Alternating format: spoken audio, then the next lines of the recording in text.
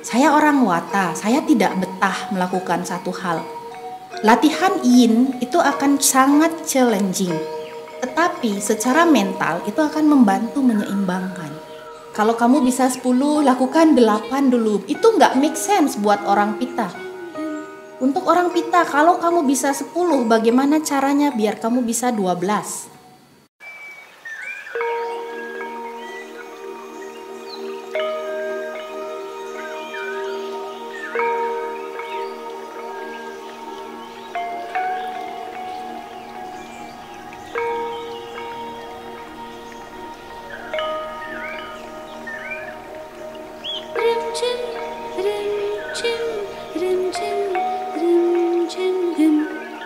Kalau kita bicara latihan aslinya dari sana, sementara kalau di Ayurveda ini juga sama, sistem pengobatan yang sudah berkembang ribuan tahun di India, dan di kita pun di Indonesia sebenarnya juga begitu.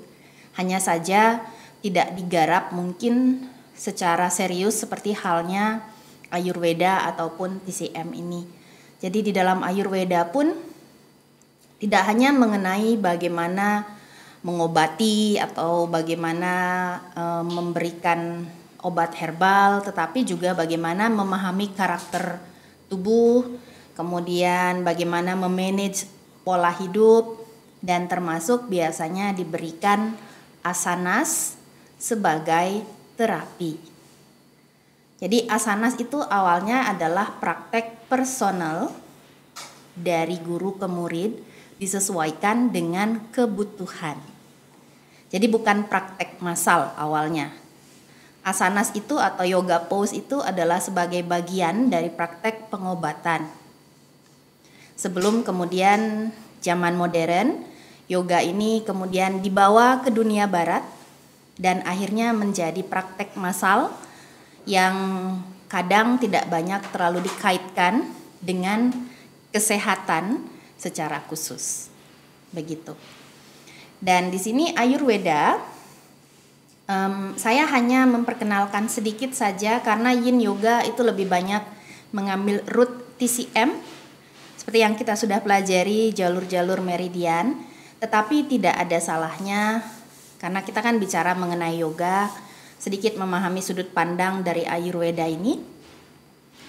Jadi sama seperti di TCM pun sebenarnya kalau kita bicara mengenai body type, tipe tubuh, itu ada beberapa tipe dengan isunya masing-masing. Tiap orang memiliki tipe tubuh yang berbeda yang membutuhkan pola diet.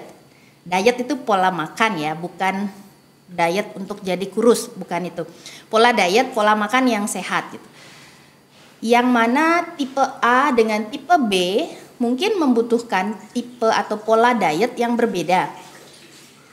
Apa yang bagus untuk si A belum tentu bagus untuk si B. Sama kalau kita terapkan di pose kan begitu kan. Nah dari segi makanan pun begitu. Mungkin bagi si A yang tipe tubuhnya dingin, dia akan lebih cocok kalau diberikan makanan yang sifatnya menghangatkan. Tipe tubuh Yin itu cenderung dingin, misalnya dia saat dikasih yang panas seperti jahe gitu misalnya, panas tubuhnya akan happy. Tapi kalau kebetulan kalian tipe tubuhnya panas, yang dikasih jahe yang ada kemerungsung gitu, tambah yang gitu kan, tambah panas. Mungkin yang dibutuhkan adalah sesuatu yang menyejukkan gitu. Bukan dingin ya, bukan es. Karena saya panas saya minum es, bukan gitu ya. Yang lebih herbal, yang sifatnya lebih menyejukkan gitu. Jadi kita tidak bisa mengadaptasi pola diet orang lain kalau kita tidak tahu apakah tubuh kita setipe dengan mereka. Kan selama ini kita menggunakan pola hidup orang lain kan. Kita lihat terutama cewek gitu kan, karena biasanya kita lihat dia diet ini bisa kurus gitu kan.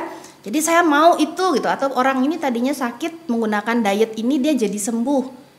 Kemudian saya yang masih sehat saya pakai biar saya jadi lebih sehat gitu misalnya, belum tentu. Nah di Ayurveda ini juga ada yang disebut dengan prakriti atau body type atau body karakteristik ini. Sama halnya seperti TCM, di dalam Ayurveda ini juga menggunakan pendekatan 5 elements, 5 unsur. Jadi dianggap alam itu terdiri dari 5 unsur. Kita lupakan pelajaran 5 elements dari Kakak Fangni waktu ini.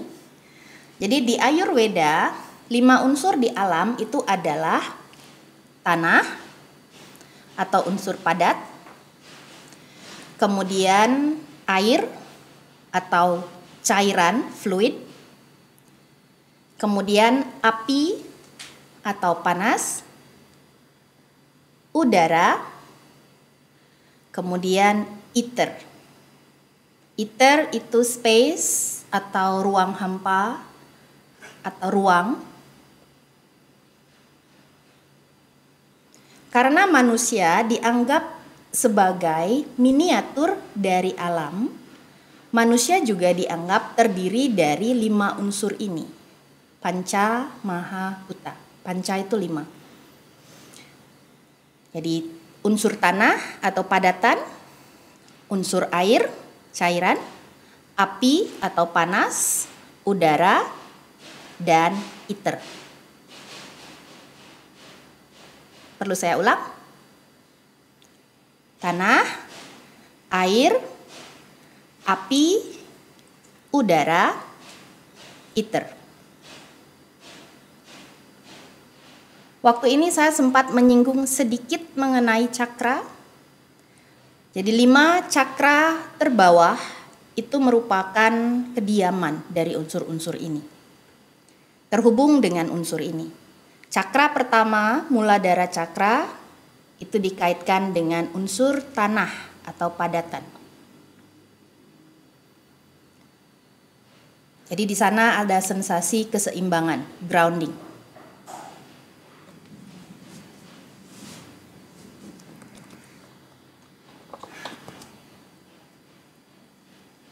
Kemudian cakra kedua, Swadhisthana Cakra, pakai SV ya, pakai V Victory. Jadi dalam bahasa Sanskerta nggak ada W, W-nya itu tulisannya V.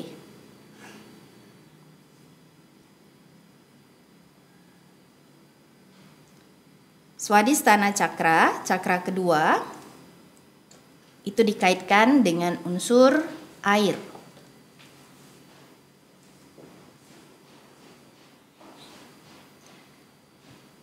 Jadi cakra kedua itu banyak mempengaruhi air di dalam tubuh, termasuk cairan yang dihasilkan berupa sperma, sel telur, darah, cairan sendi, banyak mempengaruhi sexuality dan kesuburan. Kemudian cakra ketiga, Manipura Cakra. Oke, saya ulang sedikit ya. Balik ke Muladhara, cakra pertama itu letaknya di ujung terbawah tulang ekor, di antara anus dan kemaluan.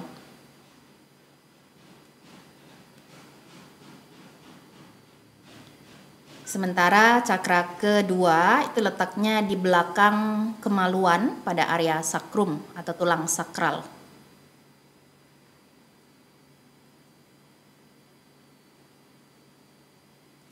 Manipura itu terletak di belakang pusar atau di area pusar. Dikaitkan dengan unsur api, panas. Jadi ini mempengaruhi pencernaan, karena pencernaan itu disebut membutuhkan api pencernaan.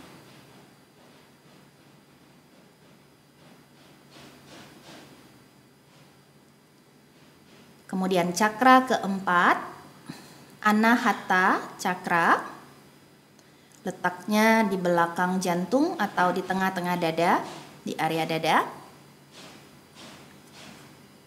Dikaitkan dengan unsur udara. Jadi banyak berkaitan dengan nafas kita.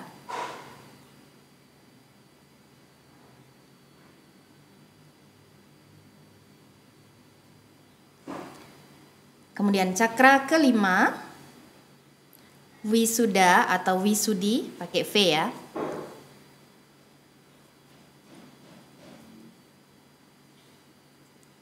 Terletak di area tenggorokan, dikaitkan dengan ether atau space. Dan ini banyak terhubung dengan ranah psikis.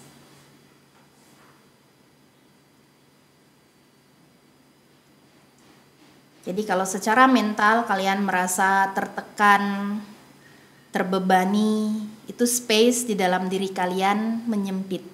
Jadi kehilangan rasa kebebasan. Jadi biasanya isu psikis banyak muncul di sini, di area tenggorokan. Setiap orang terdiri dari 5 unsur ini, tetapi komposisinya berbeda-beda. Ada yang paling dominan mungkin unsurnya adalah udara. Ada yang mungkin paling dominan unsurnya api. Ada yang mungkin paling dominan unsurnya air. Kalau kita lihat dari karakter dominan ini, kira-kira memberikan perbedaan tidak? Karakter dari orang yang dominan udara, dominan api, dominan air misalnya, pasti ada perbedaan dari segi karakter kan? Dari segi fisik juga pasti akan berbeda kan? Kalau kita bayangkan unsur udara, jadi kombinasi pertama disebut dengan wata. Ada di buku, gak usah ditulis. Wata. Wata ini adalah kombinasi dari ether dan udara, ether dan air, itu yang dominan di tubuh. Bukan berarti unsur lain gak ada ya. Unsur yang lain ada, 5 unsur itu pasti ada, tapi dominan udara dan ether. Disebut dengan wata. Kemudian yang kedua, unsur dominannya adalah api dan air. Disebut dengan pita. Yang ketiga, itu yang dominan adalah air dan tanah. Disebut dengan kapha.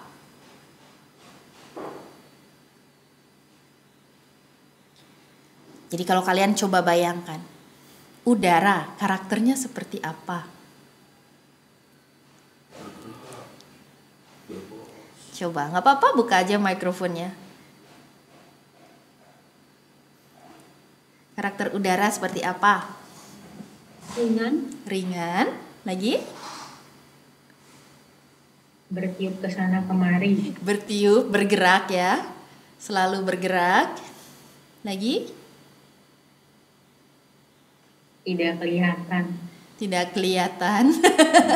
Hantu dong. Kebebasan. Bebas gitu ya. Jauh dari bumi ya, udara biasanya. Semakin ke atas anginnya kadang semakin kenceng gitu ya. Kemudian kalau kalian terkena udara terasa sejuk kan biasanya. Jadi dia juga membawa karakter dingin biasanya udara ini. Jadi kalau kalian bayangkan orang dengan tipe dominan udara ini kira-kira seperti apa orangnya? Secara fisik dulu coba. Kurus. Kurus. Kan karakter utamanya dingin. Bisa terbang kayak plastik. Kayak Dewi ya. Ya. Kita bisa melihat ya, Dewi sudah kelihatan dari fisiknya itu dia wata gitu kan. Orang-orang wata ini diberkati gitu, makan banyak nggak akan gemuk gitu, jadi selalu kurus, susah menambah berat badan. Jadi mereka karakternya karena ringan, secara fisik memang cenderung lebih kurus biasanya, cenderung kurus, panjang-panjang gitu. Kemudian mereka juga diberkati dengan sifat yang friendly biasanya. Kalau terkena udara itu kan rasanya menyenangkan gitu kan, enak, nyaman. Jadi orang-orang yang pandai bergaul gitu biasanya. Kemudian karena sifatnya suka berpindah, sebagian yang karakter dari udara ini fisik dan pikiran tidak selalu sama ya. Dewi mungkin fisiknya wata, belum tentu pikirannya wata. Jadi tubuh dan pikiran itu bisa beda. Jadi kalau dengan tipe wata, pikiran wata, mereka orang-orang yang mungkin suka traveling, suka berpindah dari satu tempat ke tempat yang lain, menyenangi gitu, menyenangi traveling. Dan karena sifatnya mudah pindah-pindah, ya mungkin secara pikiran juga mudah terombang-ambing, mudah tertiup angin. Jadi kalau bicara mengambil keputusan gitu mungkin sedikit lebih sulit gitu mengambil keputusan gitu, karena begitulah anginnya cepat bertiup gitu. Dan biasanya orang-orang Wata ini adalah orang-orang yang idenya banyak. Punya ide banyak tapi tidak punya semangat untuk melakukan. Idenya banyak tapi saat melakukan kayaknya ide yang ini udah lebih bagus gitu. Jadi mudah berpindah gitu pikirannya. Sambil boleh mengingat-ingat diri kita kira-kira masuk kemana gitu ya. Dan mereka memang akan mudah merasa dingin. Kalau untuk orang yang tipe mungkin tubuh fisiknya Wata, mereka lebih mudah kedinginan biasanya. Kita bilang, aduh kok panas ya? Hah, dingin gitu kan. Mungkin akan berantem di sana satu. Kalau misalnya sama suami atau pasangannya gitu, satu Wata, satunya Pitta, api gitu. Jadi berantem terus mengenai AC gitu. Biasanya yang Wata akan bilang dingin, yang Pitta bilang panas gitu. Jadi itu butuh kita pahami supaya tidak menimbulkan pertengkaran serius masalah AC gitu. Jadi mungkin dengan memahami sedikit karakter ini kita bisa menerima kenapa ada perbedaan. Kemudian untuk Pitta ini dominan api karakternya. Bisa membayangkan karakter api? Panas. Apalagi? Berambisi, karakter yang kuat ya api itu. Api itu karakter yang kuat, yang kalau kita bilang nggak usah disentuh deh apinya, di sebelahnya aja udah panas gitu kan. Mereka adalah tipe-tipe pemimpin alami. Guru yoga sebagian besar punya Pitta. Jadi kombinasinya ada Pitta biasanya, karena untuk menjadi seorang leader itu butuh karakter Pitta. Jadi Pitta secara mental mereka adalah orang yang berkemauan kuat, tipe-tipe yang ambisinya ataupun terbiasa dengan target. Mereka orang-orang yang pekerja keras gitu, yang ada goalnya jelas, mau jadi pucuk pimpinan misalnya, karir yang lebih tinggi gitu. Salah satu hal yang mungkin menjadi sedikit menghalangi gitu karena keinginannya yang kuat, kadang memang gampang stres kalau keinginannya tidak tercapai. Dan kalau kita lihat kan unsur pembentuknya api dan air kan. Api dan air kan bertolak belakang. Jadi moody juga.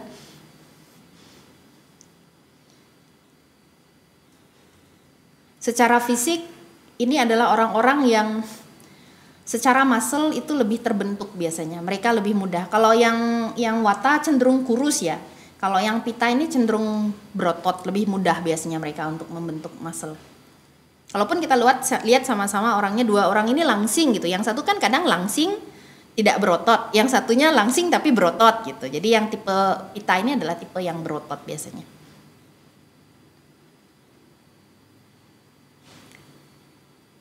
Kalau Pitta dan Wata bersebelahan, seperti saya bilang, mungkin akan sering berantem mengenai panas dingin. Yang Pitta gerah mulu gitu, yang Wata dingin terus gitu. Jadi itu dua bertolak belakang nih dalam hal suhu biasanya.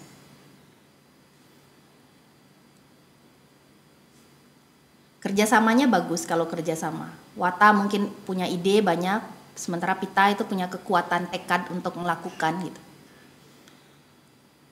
Sementara kalau Kapha itu adalah dominan air dan tanah. Bisa dibayangkan secara berat badan akan lebih berat biasanya. Jadi kalau misalnya orang Wata makan sedikit, makan banyak nggak tahu kemana, ngilang gitu, kayak nggak makan aja dia, mereka tetap langsing makan 2 piring gitu. Orang pita mungkin makan akan banyak terbentuk jadi otot karena mereka tipe yang suka olahraga biasanya. Orang Kappa kayaknya ngelihat orang Wata makan aja sudah nambah berat badannya. Kita mencium bau masakan aja kayaknya sudah bertambah berat badannya gitu. Aku itu. Jadi yang ada adalah kita selalu ngiri bagaimana caranya bisa makan tetap kurus gitu kan. Kemudian kalau dikasih semua, kita membaca di sosial media semua pola diet yang bisa kurus 5 kilo dalam 1 minggu, semua akan diikuti gitu. Jadi memang ini perlu kita pahami gitu supaya tidak merusak kesehatan gitu. Belum tentu yang kurus juga lebih sehat karena bisa makan banyak gitu, akhirnya makan banyak dan sering terjadi kurus, tekanan darahnya tinggi lah, kolesterolnya tinggi lah gitu kan. Jadi cukup memahami bahwa tipe-tipe ini akan memberikan bentuk tubuh yang mungkin akan berbeda gitu. Jadi supaya kita tidak membabi buta gitu. Yang kurus pengen gemuk, yang gemuk pengen kurus, itu kan namanya manusia, nggak ada yang puas itu. Jadi kita menyadari. Kemudian dari segi tubuh karena dominan air, cenderung memang tubuhnya banyak mengandung air kalau yang tipe Kappa ini. Dan kemarin kalau masih ingat, entah siapa yang nanya kenapa kalau orang gemuk cenderung lebih cepat berkeringat gitu kan.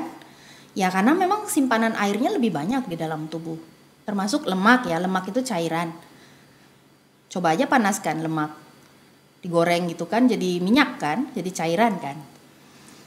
Kemudian di situ juga karena tipe ini banyak air biasanya cenderung lentur. Kalau kita lihat mereka yang badannya besar itu kan sering kita lihat lentur karena persendiannya lebih banyak pelumas biasanya. Kalau orang Wata itu pelumasnya lebih sedikit biasanya, badannya lebih kering. Karakter udara itu cenderung kering. Jadi memang kalau orang Wata, iya Sally? Mbak Yuni, saya ada pertanyaan. Maksudnya kalau dari bentuk-bentuk tubuh ini bisa berubah-ubah nggak ya per orang? Maksudnya pas muda mungkin lebih berisi, pas berumur kurus, itu bisa berubah misalnya dari Vata jadi Kappa atau sebaliknya gitu nggak ya? Bisa, tergantung mungkin pola kebiasaan kita. Atau mungkin tergantung juga dari, ya kalau kita bicara mengenai usia gitu kan, usia 40 ke atas itu memang usia di mana organ kita mulai melemah satu persatu, mulai dari hati. Dan itu juga akan membuat semakin sulit untuk metabolisme tubuh kan.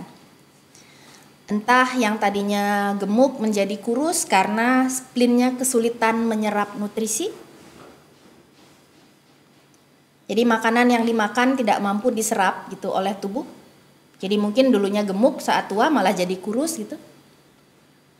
Atau mungkin waktu muda kurus, saat tua jadi tambah gemuk karena mungkin di sana juga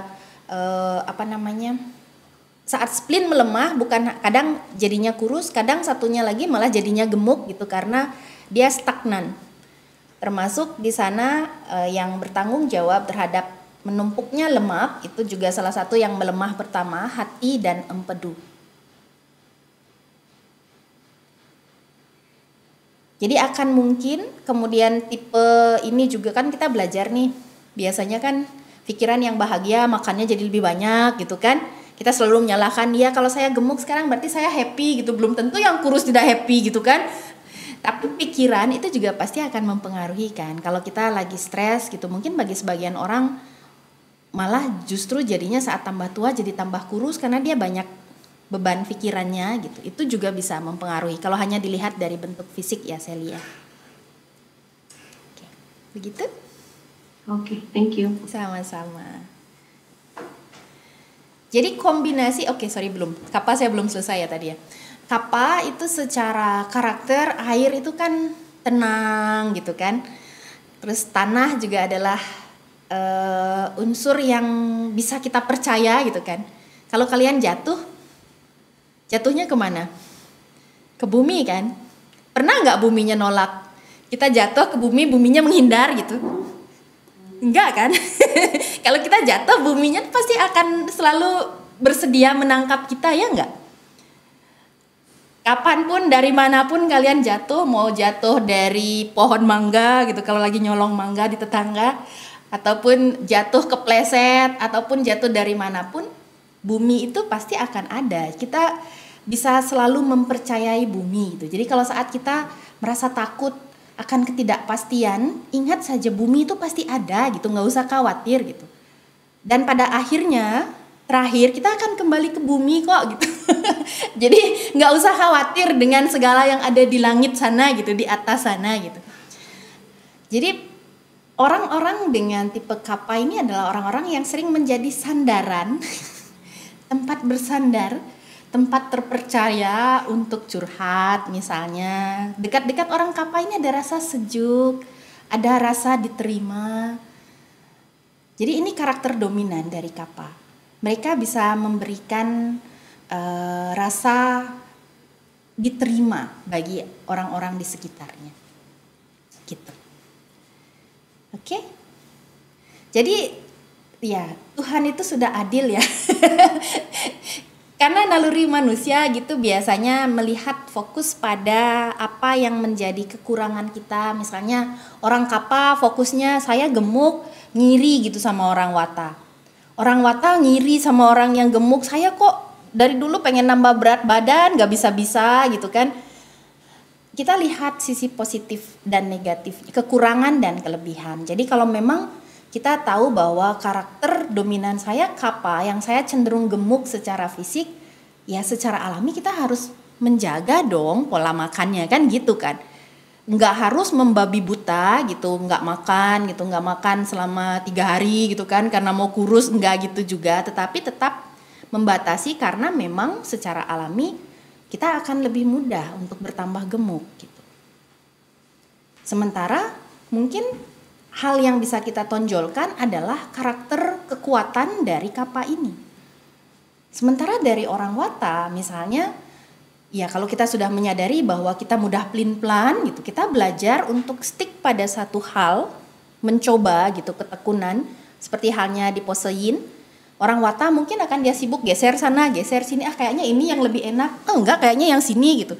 Tapi kalau orang Kappa begitu disuruh diam di pose, dikasih guling, ya udah tidur aja.